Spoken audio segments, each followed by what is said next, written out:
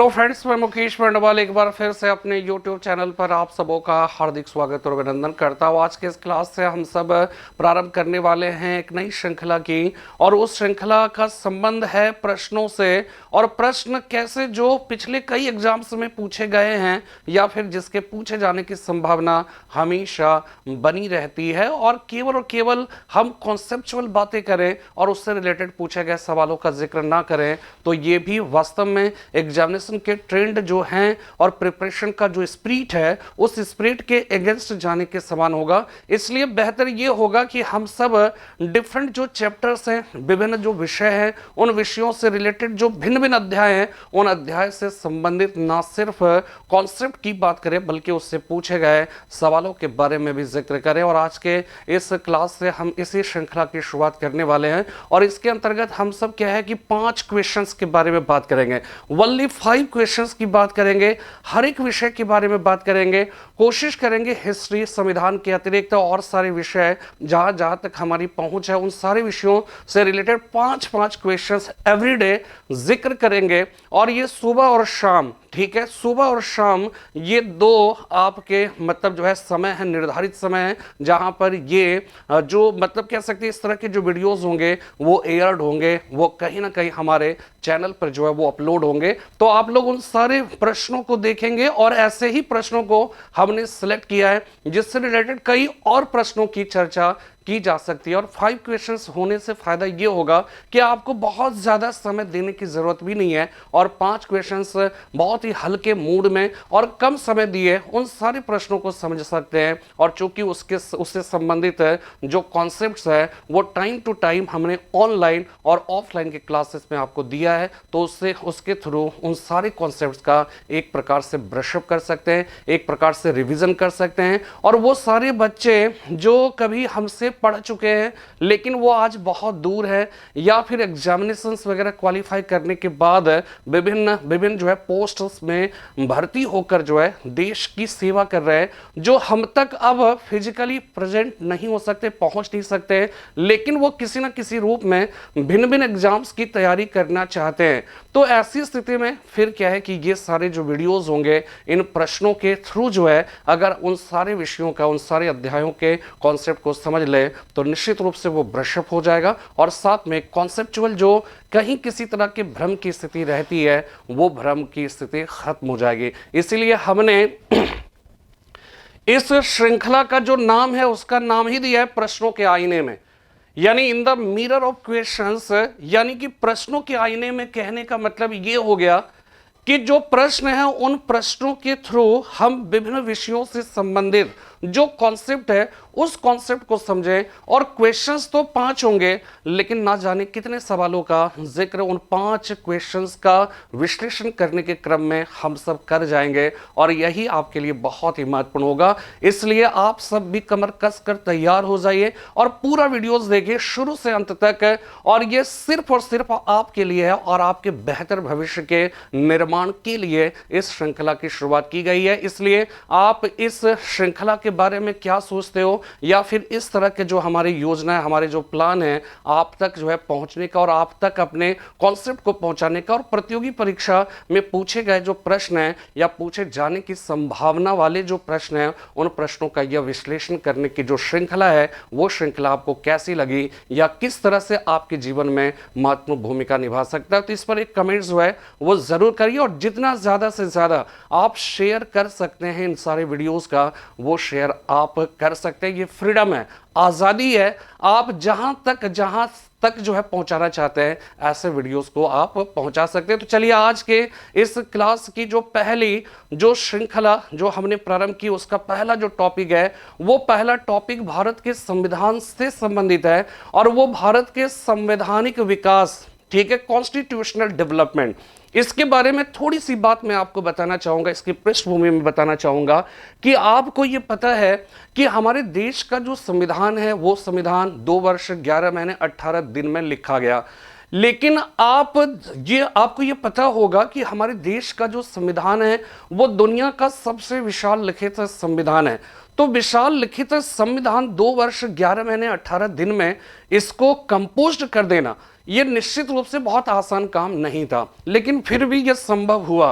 और इसके पीछे बहुत सारे रीजन में से एक रीजन ये है कि हमारे देश के जो संविधान सभा के जो सदस्य थे, उन सदस्यों को एक प्रकार से भारत की जो ऐतिहासिक जो अनुभव रहे, उन अनुभवों को उसमें वो समाहित कर पाए। उनको भारत की जो कह सकते परिस्थितियां थी, उन परिस्थितियों का बेहतर इल्म था, और इस वजह से जब खुद की बारी आई, जब खुद से भारत के संविधान, भारत के भविष्य के लेखन की बारी आई, तो उन्होंने क्या है कि उन सारे अनुभवों को उसमें पिरोया और फिर भारत का संविधान बनकर तैयार हुआ। तो भारत का संविधान वास्तव में भारत के कह सकते हैं कि अतीत के, डिस्टेंट पास्ट के बहुत सारी ऐसी घटनाएं घटित हुई समय समय पर, टाइम टू टाइम जो है, और फिर वो क्रमशः धीरे धीरे आकार लेता गया और फिर जो है अंततः भारत का संविधान बनकर तैयार हुआ। तो ये पूरी जो प्रक्रिया है, ठीक है, ये जो शुरू से लेकर अंत तक भारत के संविधान की परिणति तक है, जो भिन्न भिन्न चरण रहे, भिन्न भिन्न जो अधिनियम पारित हुए, भिन्न भिन्न उसके अंतर्गत जो प्रावधान किए गए, ये सारी चीजें ही जो है जिस चैप्टर्स के अंतर्गत हम उसका वर्णन करते हैं, उसको हम कहते हैं constitutional development of India, Bharat का संवैधानिक विकास। तो 5 क्वेश्चंस इस चैप्टर में। जो पहला क्वेश्चन है, ठीक है, यहां पे देखिए 5 क्वेश्चंस सेट है और सेट नंबर 1 है, यानी कि ये 5 क्वेश्चंस हो गए। और जिनको कंफ्यूजन है, कोई बीच से देख रहे हैं, तो यहां पे जरूर देखिएगा सेट नंबर 1। अगर कोई सेट नंबर 5 देख रहे हैं तो इसका मतलब ये हो गया कि वो सेट नंबर 4 को उनको देखना है, सेट नंबर 3 देखना है, सेट नंबर 2 देखना है, 1 देखना है, ठीक है।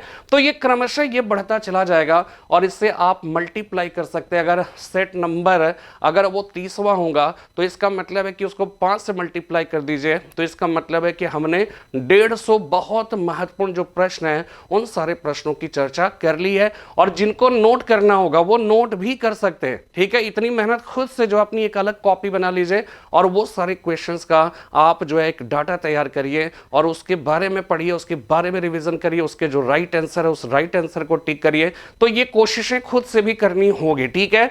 तो देखिए सबसे पहला सवाल है, और यहां देखिए टॉपिक है संवैधानिक विकास, और ये पहला सवाल है यूपी पीसीएस प्री 2014। इसमें एसएससी हो, किसी भी प्रकार के एग्जाम्स जहां मुझे लगता है कि इस तरह के सवाल आए और इसका एक्सप्लेनेशन जरूरी है, तो मैं उन सारे प्रश्नों का जिक्र करूंगा। इसलिए ये हर जो है कॉम्पिटिटिव एग्जाम्स के लिए होगा, ठीक है, हर प्रतियोगी परीक्षा के लिए उपयोगी होगा, इसलिए इसको आप पूरा जो है देखना मत छोड़िए, ठीक है।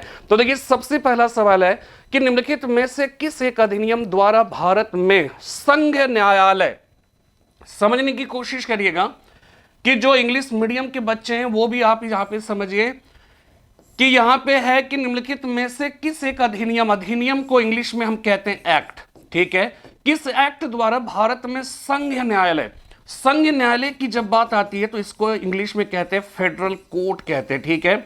और जब फेडरल शब्द की बात आती है, जब संघ शब्द की बात आती है, तो संघात्मक शासन की व्यवस्था के अंतर्गत हमने बार बार यह समझाने की कोशिश की कि देखिए शासन की व्यवस्था को अगर देखा जाए तो 2 तरह की व्यवस्था पूरी दुनिया के स्तर पर देखने को मिलता है। एक हो गया फेडरल स्ट्रक्चर ऑफ गवर्नमेंट और दूसरा है यूनिटरी सिस्टम ऑफ गवर्नमेंट। जब हम फेडरल सिस्टम ऑफ गवर्नमेंट की बात करते हैं तो उसमें शक्तियों का जो विभाजन है, वो बंटवारा जो है, वो बंटवारा किसके और किसके बीच होता है, वो संघ और राज्य के बीच होता है। तो संघ और राज्य के बीच शक्तियों का बंटवारा है, डिवीजन है, और यह संविधान के द्वारा विभक्त किया गया, यानी राज्य के जो विषय हैं वो केंद्र ने डिस्ट्रीब्यूट नहीं किया, वो संविधान ने डिस्ट्रीब्यूट कर दिया। संविधान ने ही उस सीमा रेखा को जो है वो क्रिएट किया, वो खींच दिया गया कि संघ के ये अधिकार हैं, राज्य के ये अधिकार हैं, और सामान्य स्थिति में कोई एक दूसरे के अधिकारों का अतिक्रमण नहीं करेंगे। तो जहां शक्तियों का बंटवारा होता है वहां पर वही उसी व्यवस्था को हम फेडरल स्ट्रक्चर ऑफ गवर्नमेंट कहकर पुकारते हैं। लेकिन सबसे बड़ी बात क्या होती है कि जब शक्तियों का बंटवारा होता है और उस शक्तियों के बंटवारे को लेकर अगर कोई प्रश्न चिन्ह खड़ा होता है, केंद्र और राज्य के बीच अगर किसी प्रकार का विवाद होता है, तो उन विवादों के निपटारा के लिए एक न्यायालय होना चाहिए। तो ऐसे ही न्यायालय को फेडरल कोर्ट कहकर पुकारा जाता है, ऐसे ही न्यायालय को संघीय न्यायालय न्यायालय कहकर पुकारा जाता है। और यह ध्यान रखना है कि 1935 के भारत सरकार अधिनियम के अंतर्गत भारत में संघात्मक शासन की व्यवस्था की स्थापना करने की कोशिश की गई, ठीक है। और उसके अंतर्गत भी विषयों का बंटवारा किया गया, संघ सूची, राज्य सूची और संवर्ती सूची में, अवशिष्ट अधिकार में। तो इस तरह से क्या हुआ कि विषयों का बंटवारा किया गया। तो उन विषयों का बंटवारा से रिलेटेड किसी तरह का विवाद ना हो, तो इसके लिए फेडरल कोर्ट की भी स्थापना की बात की गई। इसलिए एक सवाल पूछा गया कि निम्नलिखित में से किस एक अधिनियम द्वारा भारत में संघ न्यायपालिका की स्थापना की गई थी। तो यहां पे देखिए कहीं पर भी 1935 का भारत सरकार अधिनियम नहीं दिया गया, इसलिए इसका सही जवाब होगा उपर्युक्त में से कोई नहीं। यानी इसका जो राइट आंसर है, ये ध्यान रखना है कि इसका जो राइट आंसर होगा वो राइट आंसर क्या हो जाएगा, भारत सरकार अधिनियम, इंडियन गवर्नमेंट एक्ट 1935, ठीक है। और 1935 के भारत सरकार अधिनियम के अंतर्गत 1937 एडी में फेडरल कोर्ट की स्थापना दिल्ली में की गई, ठीक है। फेडरल कोर्ट की स्थापना दिल्ली में की गई और वर्तमान जो पार्लियामेंट हाउस है उसके चैम्बर ऑफ प्रिंसेस जो है, चैम्बर ऑफ प्रिंसेस में इसकी बैठकें हुआ करती थी। और यही फेडरल कोर्ट जो 1937 में स्थापित हुआ दिल्ली में, ये याद रखना है कि स्वतंत्र भारत का जो आज का जो सुप्रीम कोर्ट है, इस सुप्रीम कोर्ट का आप कह सकते हैं प्रिमिटिव फॉर्म जो है, उसका जो आद्य रूप है वो है फेडरल कोर्ट। ये हमेशा ध्यान आपको रखना है कि 1935 का जो भारत सरकार अधिनियम था, ये 1935 का भारत सरकार अधिनियम भारत के संविधान की जब हम बात करते हैं, जब बहुत सारे विद्वान आरोप लगाते हैं, जैसे आइवर जेनिंग्स ने कहा कि ये उधारों का थैला है, बैग ऑफ बोरोइंग्स है। और हम सब अक्सर सुनते रहते हैं कि भारत के संविधान में मौलिक अधिकार का जो कॉन्सेप्ट है वो अमेरिका से लिया गया, मूल कर्तव्य का कॉन्सेप्ट है यूएसएसआर से लिया गया। इसके बाद आपातकाल का जो सिचुएशन है वो वीमर कॉन्स्टिट्यूशन जर्मनी से लिया गया। इसी प्रकार जो है नीति निदेशक तत्व आयरलैंड से लिया गया। तमाम तरह की इस तरह की जो बातें होती है, तो सबसे बड़ा सवाल यह है कि हमारे देश का जो संविधान है, उस संविधान में जो अधिकांश बातें हैं, वो अधिकांश बातें सबसे ज्यादा कहां से लिया गया। तो उसमें से ध्यान रखना है कि भारत सरकार अधिनियम 1935 जो अपने आप में अधिनियम कम, संविधान कहीं ज्यादा था। यह एक लंबा प्रलेख वाला अधिनियम था जिसमें 321 धाराएं, 10 परिशिष्ट और 14 भाग शामिल थे। 1935 के इस भारत सरकार अधिनियम के अंतर्गत भारत में एक संघीय, एक फेडरल स्ट्रक्चर ऑफ गवर्नमेंट की स्थापना की बात की गई, जिसमें शक्तियों का बंटवारा संघ और राज्य के बीच में होना था। लेकिन क्या था कि उस संघात्मक शासन की व्यवस्था को कह सकते हैं कि वेल डिफाइंड करने के लिए, उसको बेहतर तरीके से डिफाइन करने के लिए, इसके लिए एक ध्यान रखना है कि कोर्ट की भी, एक इंडिपेंडेंट कोर्ट की भी बात कही गई और जिसे ही फेडरल कोर्ट कहा गया। और जब 1950 में हमारे देश का संविधान लागू हुआ और इसके बाद जो हमारे देश में सुप्रीम कोर्ट बना, वो सुप्रीम कोर्ट कह सकते हैं कि इसी फेडरल कोर्ट का एक तरह से उत्तराधिकारी सिद्ध हुआ, एक सक्सेसर सिद्ध हुआ। या आप ये कह सकते हो कि जो वर्तमान सुप्रीम कोर्ट है, उस सुप्रीम कोर्ट का जो जस्ट प्रिमिटिव फॉर्म जो है, जस्ट बिफोर उसका जो फॉर्म था, वो फॉर्म जो है वो क्या हो जाएगा, वो हो जाएगा आपका फेडरल कोर्ट। यही फेडरल कोर्ट, और ये चैम्बर ऑफ प्रिंसेस में इसकी बैठकें हुआ करती थी। और 1950 में जब हमारे देश का संविधान लागू हुआ और जब सुप्रीम कोर्ट ने काम करना स्टार्ट किया, तो इस बात को भी ध्यान रखना है कि उस समय हमारे देश का वर्तमान जो सुप्रीम कोर्ट है वो बनकर रेडी नहीं हुआ, वो 1958 में बनकर तैयार हुआ। और 1958 तक इसी चैम्बर ऑफ प्रिंसेस में स्वतंत्र भारत का जो सुप्रीम कोर्ट है वो सुप्रीम कोर्ट काम करता रहा, ठीक है।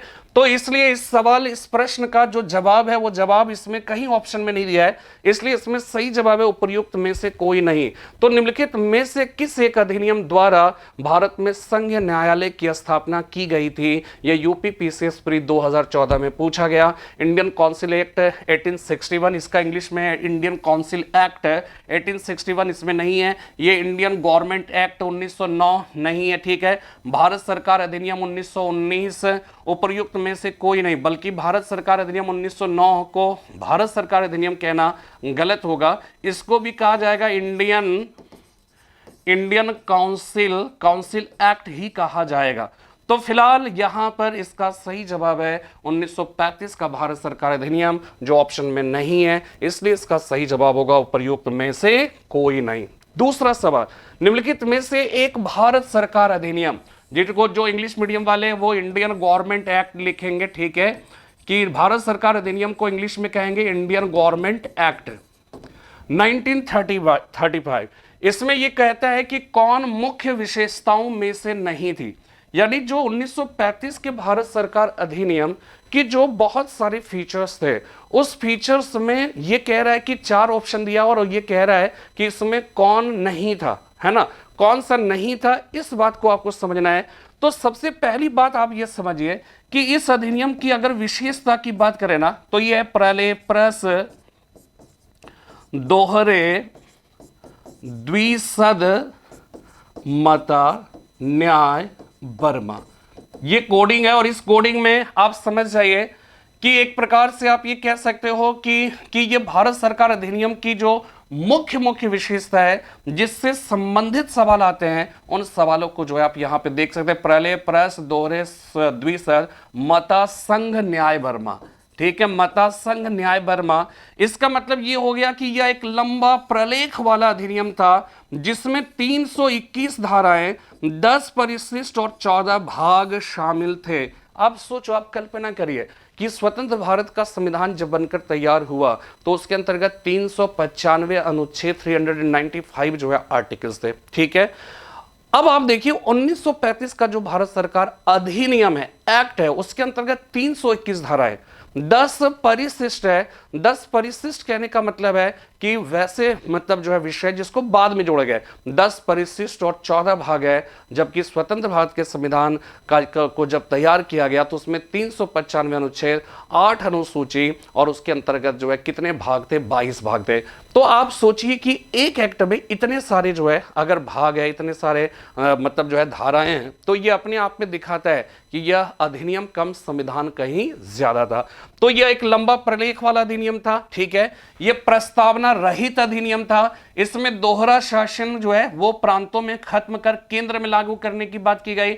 इसके अंतर्गत भारत के कुछ प्रांतों में द्विसदनीय विधायिका, 2 हाउसेस लेजिस्लेचर की स्थापना की बात की गई। इसके अंतर्गत मताधिकार को बढ़ाने की बात की गई और अभी अभी बताया कि भारत में एक संघीय शासन की स्थापना की बात की गई और इसके लिए एक संघीय न्यायालय की भी स्थापना की बात की गई। और बर्मा को 1937 ईस्वी में इसी भारत सरकार अधिनियम 1935 के अंतर्गत भारत से अलग किया गया था। तो इसकी कौन सी विशेषता नहीं है, तो सबसे पहला हम पढ़ते हैं कि इस अधिनियम में अखिल भारतीय महासंघ का प्रावधान था। तो कहा गया प्रलय प्रस दोहरे द्विसद मता संघ, संघ का ये हो गया, ये फेडरल स्ट्रक्चर ऑफ गवर्नमेंट की स्थापना की बात इसमें की गई थी। इसलिए ये विशेषता तो है ही है, लेकिन सवाल पूछ रहा है क्या नहीं था। दूसरी बात कि अवशिष्ट विषय प्रांतीय विधायिकाओं को आवंटित किए गए थे। अब यहां पे देखिए, जब अवशिष्ट विषय की बात करते हैं, इसको आपको समझना है कि जब हम अवशिष्ट अधिकार की बात करते हैं, विषय की बात करते हैं, तो इसको इंग्लिश में कहते हैं रेजिडुअरी, ठीक है। इसे इंग्लिश में कहा जाता है रेजिडुअरी। और रेजिडुअरी जो शब्द है ना, ये शब्द निकला है रेजिडुओ शब्द से, और रेजिडुओ शब्द का मतलब होता है बचा खुचा, ठीक है, बचा खुचा।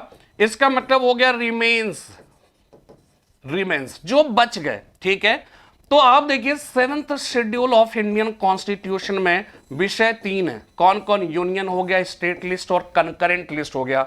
यूनियन लिस्ट में शामिल विषय पर कानून ये बनाएगा, स्टेट लिस्ट में स्टेट और कंकरेंट में दोनों बनाते हैं, ठीक है, ये चीज है। लेकिन 1935 के भारत सरकार अधिनियम की बात करें, ठीक है, यहां पर एक बात और समझ लीजिएगा, ये 3 विषयों को बांट दिया गया यूनियन, स्टेट और कंकरेंट लिस्ट में। लेकिन वो सारे विषय जिसका बंटवारा नहीं किया गया, यानी इन तीनों के अतिरिक्त जो शेष बचा, जो कह सकते हैं कि संविधान का जो विषय है, उस विषय को ही रेजिडुअरी विषय कहा गया, ठीक है। और आपको पता है कि हमारे देश के संविधान की जो 7वीं अनुसूची है, उसमें जिन विषयों का बंटवारा किया गया 3 हिस्सों में, उसमें अवशिष्ट विषय की बात नहीं की गई है, इस बात को ध्यान रखिएगा। उसमें संघ लिस्ट है, राज्य लिस्ट है, समवर्ती लिस्ट तो है, लेकिन उसमें अवशिष्ट अधिकार की बात नहीं की गई। अवशिष्ट अधिकार किसको कहते हैं ये पहले आप समझिएगा कि वो सारे विषय जो इन तीनों में नहीं है, इन तीनों के अतिरिक्त जो शेष बचे विषय, ठीक है, remains all other subjects is known as residuary subjects, यानी कि वो सारे विषय जो है वो किस नाम से जाने जाएंगे, अवशिष्ट विषय के नाम से पुकारे जाएंगे। और आज क्या है कि अवशिष्ट अधिकार किसको दिया गया है, वो दिया गया है संघ को। लेकिन याद रखना है कि 1928 की अगर हम बात करें, 1928, ठीक है, 1928 में जब नेहरू रिपोर्ट पारित हुआ, तो उस नेहरू रिपोर्ट में यह ध्यान रखिएगा, नेहरू रिपोर्ट में यह अवशिष्ट अधिकार किसको देने की बात की गई थी, सेंटर को देने की बात की गई। 1935 का भारत सरकार अधिनियम जब आया, तो ये जो अवशिष्ट अधिकार था, ये अवशिष्ट अधिकार इंडियन गवर्नमेंट एक्ट में ध्यान रखना है कि भारत के गवर्नर जनरल के अधीन रखा गया, जो केंद्र को या राज्य किसी को भी दे सकता था। इसके बाद 1946 का कैबिनेट मिशन का प्रस्ताव आया, उसके अंतर्गत यह कहा गया कि जो रेजिडुअरी पावर है वो प्रांतों को दे दिया जाए, यानी कि स्टेट को दे दिया जाए। इसके बाद जब स्वतंत्र भारत का जब संविधान लिखा गया, जो वर्तमान भारत का संविधान है, इसको वापस इसमें जो है किसको दे दिया गया, सेंटर। यानी नेहरू रिपोर्ट में जो बातें कही गई थी वो भारत की आजादी के बाद जाकर हमारे देश के संविधान में जो अवशिष्ट अधिकार है, जो रेजिडुअरी पावर है, वो रेजिडुअरी पावर किसको दिया गया, केंद्र को दिया गया। ठीक है, तो ये आपको ध्यान में रखना। आप देखिए सवाल क्या है, सवाल ये पूछा गया कि अवशिष्ट विषय, और अवशिष्ट विषय को इंग्लिश में कहा गया रेजिडुअरी सब्जेक्ट्स। ठीक है, तो ये जो रेजिडुअरी सब्जेक्ट्स है, ये 1935 की बात हो रही है। प्रांतीय विधायिकाओं को आवंटित करने का मतलब है एलोकेट करना, एलोकेट किए गए। ठीक है, ये गलत है। इसका सही जवाब जो है वास्तव में अगर देखा जाए, ये प्रांतीय विधायिकाओं को दिया गया। ये कब दिया गया, 1946 के कैबिनेट मिशन में दिया गया था। 1935 के भारत सरकार अधिनियम में यह अवशिष्ट अधिकार गवर्नर जनरल के पास छोड़ दिया गया, जो केंद्र अथवा राज्य किसी को भी दे सकता था। तो सही नहीं है, तो यह गलत हो जाएगा, यानी कि वो सही नहीं है। इस चीज को ध्यान रखना है। तीसरा भी देख लेते हैं, यह प्रांतीय स्वायत्तता के सूत्रपात का संकेत था। यहां पे प्रांतीय स्वायत्तता का मतलब हो गया कि ये प्रोविंशियल ऑटोनॉमस की जो है बिगिनिंग या शुरुआत थी। इसका मतलब ये हो गया कि देखिए 1919 का अधिनियम और 1935 का अधिनियम, इसमें दो बातें आपको समझना है।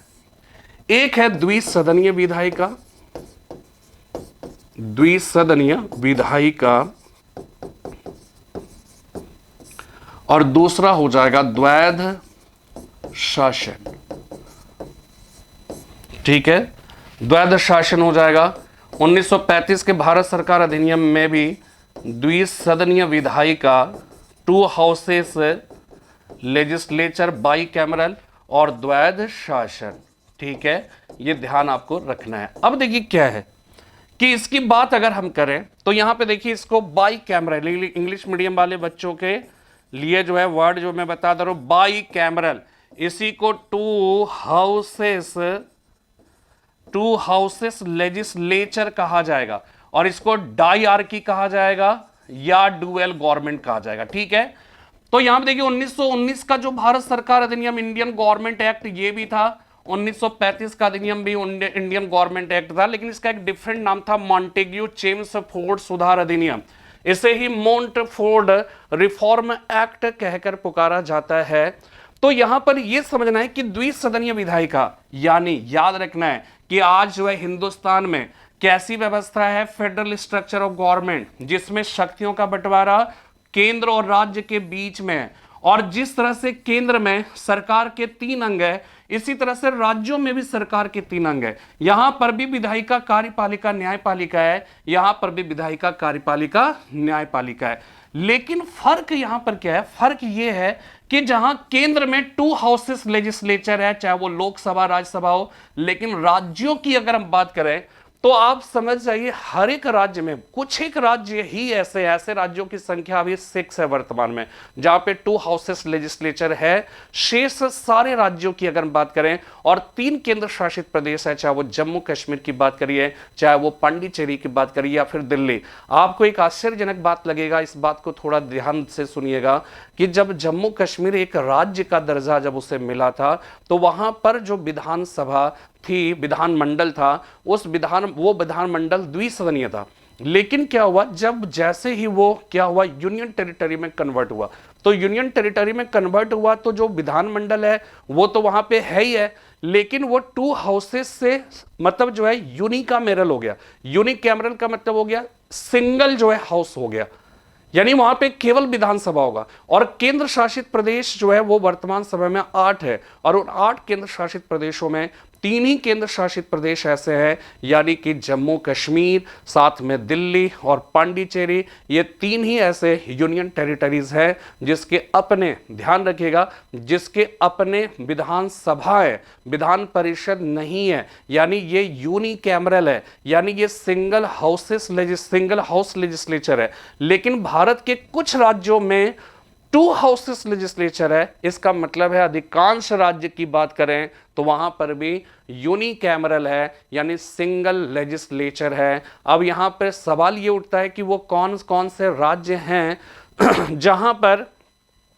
जहां बाईकैमरल है, यानी द्विसदनीय विधायिका है, तो वो कौन कौन सा राज्य हो जाएगा। वो राज्य आप दक्षिण भारत से अगर आप चलिएगा तो आप देखेंगे कि केरला तमिलनाडु में नहीं है, कर्नाटका में है, आंध्र प्रदेश में है, तेलंगाना में है, महाराष्ट्र में है, यानी कि साउथ इंडिया में 4 राज्य के अंदर 2 हाउसेस लेजिस्लेचर है। लेकिन जब हम उत्तर भारत जाते हैं, सोचिए उत्तर भारत में इतने सारे राज्य हैं, लेकिन उत्तर भारत में केवल और केवल बात की जाए तो वो जो है वो कह सकते हैं बिहार और साथ में उत्तर प्रदेश, बस यही 2 ऐसे राज्य हैं जो बाईकैमरल हैं, यानी 2 हाउसेस लेजिस्लेचर है। वहां विधानसभा भी होगा, विधान परिषद भी होगा, ठीक है। तो ये 6 राज्य है। तो यहां पर क्या है कि जब हम लोकसभा राज्यसभा की बात करते हैं तो इस बात को ध्यान में रखिएगा कि आज लोकसभा राज्यसभा यानी बाईकैमरल है, यानी 2 हाउसेस लेजिस्लेचर है, यानी कि जो केंद्र की विधायिका है वो अनिवार्यतः द्विसदनीय है, 2 सदन है, 2 हाउसेस है। अब सवाल देखिए क्या है कि ये उठता है कि पहली बार ऐसी व्यवस्था कब हुई। ये तो भारत की आजादी के बाद या भारत का संविधान जब लागू हुआ तो उसके बाद की व्यवस्था है, लेकिन सवाल ये उठता है कि पहली बार केंद्र में द्विसदनीय विधायिका कब आया। तो इसका सही जवाब हो जाएगा 1919 का जो मॉन्टेग्यू चेम्सफोर्ड सुधार अधिनियम था, जिसे शॉर्ट में मोंटफोर्ड अधिनियम कहा जाता है, जिसका एक अन्य नाम है भारत सरकार अधिनियम 1919। उसके अंतर्गत केंद्र में यानी कि यूनियन में 2 हाउसेस लेजिस्लेचर की बात की गई, ठीक है। वहां पे लेजिस्लेटिव काउंसिल कहलाता था उस समय, और central legislative assembly. Central legislative assembly, ये ध्यान रखिएगा, ये आज का लोकसभा है। और जब हम लेजिस्लेटिव काउंसिल की बात करते हैं, विधान परिषद की बात करते हैं, तो वो आज का जो है वो क्या हो जाएगा, राज्यसभा, ठीक है। तो ये हो गया पहली बार केंद्र में 2 हाउसेस लेजिस्लेचर कब आया, 1919 के अधिनियम के अंतर्गत। लेकिन 1935 के भारत सरकार अधिनियम के अंतर्गत क्या हुआ कि कुछ प्रांतों में आज की तरह, आज जैसे कुछ प्रांतों में 2 हाउसेस लेजिस्लेचर है, और ऐसा जो है ऐसी व्यवस्था पहली बार 1935 के भारत सरकार अधिनियम के अंतर्गत आया। बात समझ में आ गई। इसके बाद जब हम द्वैध शासन की बात करते हैं तो इसका मतलब ये हो गया कि 1919 के अधिनियम, ये पहली बार, फिर से ध्यान रखना है कि 1919 के अधिनियम में 2 हाउसेस लेजिस्लेचर पहली बार केंद्र में, 1935 के भारत सरकार अधिनियम के अंतर्गत द्विसदनीय विधायिका पहली बार कहां, प्रांतों में। अब जब द्वैध शासन की बात आई तो द्वैध शासन 1919 के अधिनियम में पहली बार कहां पर, प्रांतों में। और जब 1935 के भारत सरकार अधिनियम की बात आएगी तो द्वैध शासन पहली बार कहां पर हो जाएगा, केंद्र में, ठीक है। लेकिन सवाल ये उठता है कि ये जो बात हो रही है द्वैध शासन की, ये द्वैध शासन क्या है, ठीक है। तो इसका मतलब ये हो गया कि पहले क्या था कि जो प्रांत थे उस प्रांत की पूरी व्यवस्था वहां का जो है वो क्या है कि लेफ्टिनेंट जो गवर्नर होता था, जिसको क्या, सॉरी, जो गवर्नर होते थे, गवर्नर अपने काउंसिल के माध्यम से शासन करता था। जैसे बंगाल प्रेसिडेंसी हो गया, मद्रास हो गया, बंबई प्रेसिडेंसी हो गया, सब में एक governor council, governor council, governor council, और इन सभी गवर्नरों के जनरल के रूप में गवर्नर जनरल शासन करता था, और उसके भी सहयोग के लिए एक परिषद की व्यवस्था की गई थी। ठीक है, लेकिन यह ध्यान रखना है कि प्रांतों के जो विषय थे, सारे के सारे विषय पर शासन गवर्नर काउंसिल के माध्यम से करता था। लेकिन 1919 के अधिनियम के अंतर्गत क्या हुआ, प्रांतों में द्वैध शासन, द्वैध शासन, द्वैध शासन, सारे विषय प्रांतों में पहले गवर्नर काउंसिल के माध्यम से करता था, और जहां भारतीयों की नियुक्ति नहीं होती थी। लेकिन जब विषय क्या हुआ, 1919 के अधिनियम के अंतर्गत द्वैध शासन की जब बात आई, तो यहां पर इस बात को समझिएगा। बस बहुत ज्यादा विस्तार से तो मैं बात नहीं करूंगा, क्योंकि ये सब सारी चीजें, ये ऑब्जेक्टिव टाइप के क्वेश्चन है, तो इसको पूरा हम लेक्चर्स के रूप में कन्वर्ट नहीं कर सकते हैं। बट इतना समझिएगा कि प्रांतों में द्वैध शासन का मतलब यह है कि पहले प्रांतों के सारे विषय गवर्नर काउंसिल के माध्यम से देखता था। अब कुछ विषय जो है उसको ट्रांसफर कर दिए गए, जिसका शासन गवर्नर को ही करना था, लेकिन चुनाव के माध्यम से चयनित है, या चुनाव में जो निर्वाचित जो प्रतिनिधि, भारतीय प्रतिनिधि थे, उसके माध्यम से करना था। तो कुछ विषय अभी भी उसी के पास है, कुछ विषय निर्वाचित प्रतिनिधियों के माध्यम से करना था। दो भिन्न भिन्न शक्तियों का शासन, दो भिन्न भिन्न रूपों का शासन इज इक्वल टू द्वैध शासन। तो ये कहां है, प्रांतों में, अभी प्रांतों में, लेकिन 1935 के अधिनियम में केंद्र में भी लागू कर दिया जाएगा। आप सवाल समझिएगा कि यह प्रांतीय स्वायत्तता के सूत्रपात का संकेत था। इसका मतलब यह हो गया कि यह जो प्रांत में द्वैध शासन था, जिसमें विषय ट्रांसफरेबल रिजर्व था, 1935 के अधिनियम में यह विषय ले लिया जाएगा केंद्र में, और प्रांत में क्या किया गया कि जो विषय पहले गवर्नर के पास था वो भी अब दे दिया गया निर्वाचित प्रतिनिधियों को, यानी गवर्नर को। 1919 के अधिनियम में विषयों का बंटवारा दो भागों में था। ठीक है, कुछ विषय ही दिए गए थे निर्वाचित प्रतिनिधियों को, जो गवर्नर जनरल के माध्यम से उस पर कानून बना सकते थे, उस पर शासन कर सकते थे। ठीक है, लेकिन क्या हुआ, 1935 के भारत सरकार अधिनियम में जो विषय आरक्षित थे अभी तक गवर्नर के पास, वो सारे विषय भी दे दिए गए। तो दे दिए गए यानी कि और फ्रीडम दिया गया, ऐसे लग रहा है कि और फ्रीडम दिया गया। तो प्रांतीय स्वायत्तता की शुरुआत जो है, वास्तव में अगर देखा जाए तो 1919 से ही हुआ था, और 1935 में अपेक्षाकृत ये और सारे अधिकार संपन्न या और सारे विषय उसे प्रदान किए गए। तो यह प्रांतीय स्वायत्तता के सूत्रपात का संकेत था। इसने प्रांतीय स्तर पर द्वैध शासन प्रणाली को समाप्त कर, देखिएगा यहां पर प्रांतीय स्तर पर यह द्वैध शासन जो प्रणाली थी, इसको खात्मा कर दिया गया, और वहां पर क्या हुआ, प्रांतों में सारी शक्तियां एक जगह पे कर दी गई, सारे विषय दे दिए गए, गवर्नर को निर्वाचित प्रतिनिधियों के माध्यम से करना था। ठीक है, तो ये चीजें जो है थोड़ा सा आपको ध्यान से समझना है। तो एक बार फिर से निम्न में से एक भारत सरकार अधिनियम 1935 के मुख्य विशेषताओं में से नहीं थी, तो हमने इसका सही जवाब बताया कि अवशिष्ट विषय प्रांतीय विधायिकाओं को आवंटित किए गए थे। ये गलत है, ये वास्तव में 1946 के कैबिनेट मिशन में दिया गया था, जबकि 1935 के भारत सरकार अधिनियम में यह गवर्नर जनरल के पास रखा गया था, जो केंद्र अथवा राज्य किसी को भी दे सकता था। ठीक है, तीसरा सवाल कि भारतीय विधान पालिका, विधायिका, ठीक है, ये सब के लिए जो शब्द है वो है लेजिस्लेचर। भारतीय विधान पालिका पहली बार द्विसदनीय बनाई गई। सवाल एकदम क्लियर, अभी अभी हमने बताया कि 1919 का मोंटफोर्ड एक्ट, जिसके बारे में हम कहेंगे ये है Montague Chelmsford reform act 1919। इसका एक और नाम है इंडियन गवर्नमेंट एक्ट। ठीक है, सब इसी का नाम है। और इस अधिनियम के अंतर्गत अभी अभी बताया कि केंद्र में भी विधानसभा, विधानमंडल, राज्य में भी विधायिका, केंद्र में भी द्विसदनीय विधायिका, कुछ राज्यों में द्विसदनीय विधायिका, तो हमने आपको बताया कि केंद्र में अगर द्विसदनीय विधायिका की बात आएगी, जो वर्तमान भारत में है, वो पहली बार हिंदुस्तान में 1919 के एक्ट के अंतर्गत आया। और जब हम प्रांतों में द्विसदनीय विधायिका की बात करेंगे तो ये पहली बार आया 1935 के भारत सरकार अधिनियम के अंतर्गत। तो सवाल ये पूछा जा रहा है कि भारतीय विधान पालिका प्रथम बार द्विसदनीय बनाए गए, तो इसका सही जवाब जो है वो क्या हो जाएगा, 1919 का भारत सरकार अधिनियम, जिसका अन्य नाम जो है वो क्या है, अन्य नाम है मॉन्टफोर्ड सुधार अधिनियम, मॉन्टेग्यू चेम्सफोर्ड रिफॉर्म एक्ट या इंडियन गवर्नमेंट एक्ट हो जाएगा। तो सही जवाब इसका हो जाएगा सी, भारत सरकार अधिनियम। चौथा सवाल, मुसलमानों के लिए अतिरिक्त निर्वाचन मंडल, ध्यान ये रखना है कि इसके लिए जो बहुत ही प्रसिद्ध जो प्रयुक्त शब्द है वो है पृथक निर्वाचन प्रणाली, पृथक निर्वाचन प्रणाली। और ये जो पृथक निर्वाचन प्रणाली है इसको इंग्लिश में कहा जाएगा सेपरेट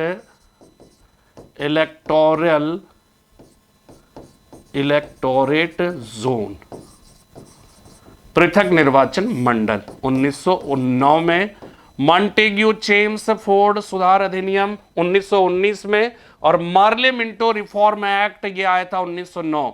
इसके अंतर्गत क्या था कि मुस्लिम्स को पृथक निर्वाचन मंडल का अधिकार प्रदान किया गया। इसका मतलब ये हो गया, देखिए इसका मकसद था अंग्रेजों का डिवाइड एंड रूल करो की पॉलिसी अपनाना।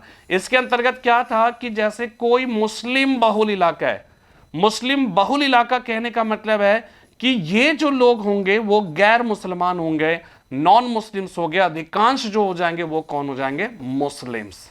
ठीक है, तो क्या हुआ कि जब हम पृथक निर्वाचन मंडल की बात करते हैं, जब हम सेपरेट इलेक्टोरेट जोन की बात करते हैं, जो 1909 के मार्ले मिंटो सुधार अधिनियम के अंतर्गत, मार्ले मिंटो रिफॉर्म एक्ट 1909 के अंतर्गत प्रदान किया गया था, उसके अंतर्गत क्या था कि उसमें यह ध्यान रखना है कि मुस्लिम्स को पृथक निर्वाचन मंडल का अधिकार मिला। बहुत इंपॉर्टेंट जो है सवाल है, कॉन्सेप्ट है, ध्यान रखना है कि सवाल ये पूछा गया 1909 के मार्ले मिंटो सुधार अधिनियम, या वो कौन सा अधिनियम था जिसके अंतर्गत मुसलमानों को पृथक निर्वाचन मंडल का अधिकार मिला, तो वो हो जाएगा 1909 का मार्ले मिंटो सुधार अधिनियम। जब पूछा जाएगा सिखों को पृथक निर्वाचन मंडल का अधिकार कब मिला, तो वो हो जाएगा 1919 का मॉन्टेग्यू चेम्सफोर्ड सुधार अधिनियम। तो सवाल सबसे बड़ा ये है कि इससे होता क्या था, इससे कैसे अंग्रेज बांटो और राज करो की पॉलिसी जो है वो बेहतर तरीके से उसका अनुपालन कर पाते रहे। तो इसका मतलब देखिए, समझिएगा कि ये पृथक, ये है मुस्लिम बहुल इलाका, इसका मतलब है ये मुसलमान है और ये सब कौन हो जाएंगे, गैर मुसलमान। तो पृथक निर्वाचन मंडल का अधिकार दिया गया, किसको दिया गया, वो मिल गया मुस्लिम्स को। ठीक है, मुस्लिम्स। और किसने दिया, ध्यान से समझिएगा, किसने दिया, अंग्रेजों ने। इसका मतलब ये हो गया कि जब भी अब यहां पर चुनाव होंगे तो यहां पे उम्मीदवार सिर्फ और सिर्फ जो है वो कौन होंगे, मुस्लिम्स है, और इन उम्मीदवारों को मतदान भी सिर्फ और सिर्फ कौन करेंगे, मुसलमान। यानी ये जो नॉन मुस्लिम्स है इनको ना तो मतदाता के रूप में ना ही उम्मीदवार के रूप में इस क्षेत्र में चुनाव करने का अधिकार रह गया। जब आप अपने क्षेत्र में चुनाव नहीं लड़ सकते, मतदान नहीं कर सकते, तो क्या किसी दूसरे क्षेत्र में जाकर मतदान करेंगे, क्या नहीं कर पाएंगे। यानी एक प्रकार से भारत की नागरिकता से ही आपको वंचित कर दिया गया, क्योंकि भारत की नागरिकता या किसी भी देश की नागरिकता का तात्पर्य यह होता है कि उस देश की राजनीतिक प्रणाली में आपको शामिल कर दिया गया, आपको मतदान करने का अधिकार मिल गया, आपको सरकार की आलोचना करने का अधिकार मिल गया, और देश के प्रति कुछ कर्तव्य है, उन कर्तव्यों को ऑब्जर्व करने की भी जिम्मेदारी आपके ऊपर जो है वो क्या है कि पड़ गई। तो ये सारी बातें आती है जैसे ही नागरिकता आपको मिलती है, लेकिन आप सीधे तौर पे उससे वंचित कर दे रहे हो। अब यहां पे देखिए, चूंकि इसको विशेषाधिकार मिला, तो विशेषाधिकार मिला तो ये 1909 के मार्ले मिंटो सुधार अधिनियम के अंतर्गत जो मुस्लिम्स को पृथक निर्वाचन मंडल मिला, ये इसका सपोर्ट करेंगे। लेकिन चूंकि इनके अधिकारों से एक प्रकार से नुकसान हुआ अधिकारों का, तो इस वजह से ये इस व्यवस्था 1909 के अधिनियम की क्या करेंगे, आलोचना करेंगे। तो ये बार बार सरकार की आलोचना करेंगे कि ये गलत किया, और ये कहेंगे नहीं आपने बहुत सही किया, ये कहेंगे गलत किया, ये कहेंगे सही किया। परिणाम इसका ये होगा कि ये दोनों फिर आपस में लड़ जाएंगे, और आपस में जैसे ही लड़ना स्टार्ट किया, अंग्रेज क्या थे, पैसा फेंक और तमाशा देख। इसके बाद हिंदू मुसलमान लड़ने लगे आपस में, डिवाइड एंड रूल करो की पॉलिसी। तो 1909 के मार्ले मिंटो सुधार अधिनियम के अंतर्गत मुस्लिम्स को पृथक निर्वाचन मंडल का अधिकार मिला, और यही अधिकार 1919 के कह सकते भारत सरकार अधिनियम, जिसको मॉन्टेग्यू चेम्सफोर्ड सुधार अधिनियम कहा गया, उसके अंतर्गत जो है सिखों को भी यही अधिकार मिल गया। ठीक है, तो ये सवाल हो गया कि सवाल आया कि मुसलमानों के लिए अतिरिक्त निर्वाचन मंडल यानी पृथक निर्वाचन मंडल, सेपरेट इलेक्टोरेट जोन किसके माध्यम से लाया गया था। इसका सही जवाब हो जाएगा मार्ले मिंटो सुधार अधिनियम के अंतर्गत 1909 में। ठीक है, नेक्स्ट जो है, नेक्स्ट एंड लास्ट क्वेश्चन है, केंद्र में द्वैध शासन। अब देखिए जो हमने क्वेश्चन बताया, केंद्र में द्वैध शासन किस अधिनियम के अंतर्गत स्थापित किया गया। तो हमने फिर से एक बार समझिएगा कि यहां पर हमने आपको बताया कि ये सेंटर है, केंद्र है, ये राज्य है, स्टेट है। यहां पर हमने दो बातें बताई, लेकिन पहले बताया to houses legislature, by cameral के बारे में बताया, डाईआर्की के बारे में बताया, यहां पर भी बाई कैमरल और डाईआर्की के बारे में बताया। बाई कैमरल द्विसदनीय विधायिका, द्विसदनीय विधायिका, लेकिन पूछ रहा है द्वैध शासन यानी डुअल गवर्नमेंट यानी डाईआर्की। डाईआर्की का मतलब यह हो गया कि गवर्नर, जो प्रांतों के गवर्नर थे जिनको सारा विषय दिया गया था, और ये गवर्नर काउंसिल के माध्यम से करते, कहीं पर भी भारतीयों की नियुक्ति नहीं थी। अब क्या हुआ, 1919 के अधिनियम के अंतर्गत प्रांतों में द्वैध शासन यानी प्रांतों में जो विषय दो भागों में, ट्रांसफरेबल रिजर्व में, रिजर्व विषय में वो विषय थे जो अभी भी गवर्नर को काउंसिल के माध्यम से देखना था, ट्रांसफरेबल विषय में वो विषय जो ट्रांसफर कर दिए गए, जिसका शासन गवर्नर को इलेक्टेड बॉडी के माध्यम से देखना था, और इसी इलेक्टेड बॉडी में पहली बार चुनाव के माध्यम से भारतीयों को शामिल किया जाना था। ठीक है, तो यहां पे सवाल, तो ये कहां पे हो रहा है, ये हो रहा है 1919 के अधिनियम में। कहां पर, ध्यान रखिएगा कि ये प्रांतों में हो रहा है, लेकिन जब केंद्र की बात आएगी तो ये 1935 के अधिनियम के अंतर्गत आया। तो इसलिए इसका सही जवाब होगा भारत सरकार अधिनियम 1935। तो केंद्र में द्वैध शासन किस अधिनियम के अंतर्गत स्थापित किया गया, उसका सही है भारत सरकार अधिनियम 1935। तो यही है आज का 5 क्वेश्चन। उम्मीद करता हूं कि ये सारी बातें बेहतर तरीके से समझ में आई होगी, और इससे रिलेटेड जो भी कॉन्सेप्ट है वो कॉन्सेप्ट हमने बताया ऑफलाइन ऑनलाइन क्लासेस में, अक्सर मैं इसके बारे में चर्चा करता रहता हूं। फिलहाल आज विदा लेते हैं, फिर कल मिलेंगे इसी विषय के साथ। तब तक के लिए जय हिंद, जय भारत।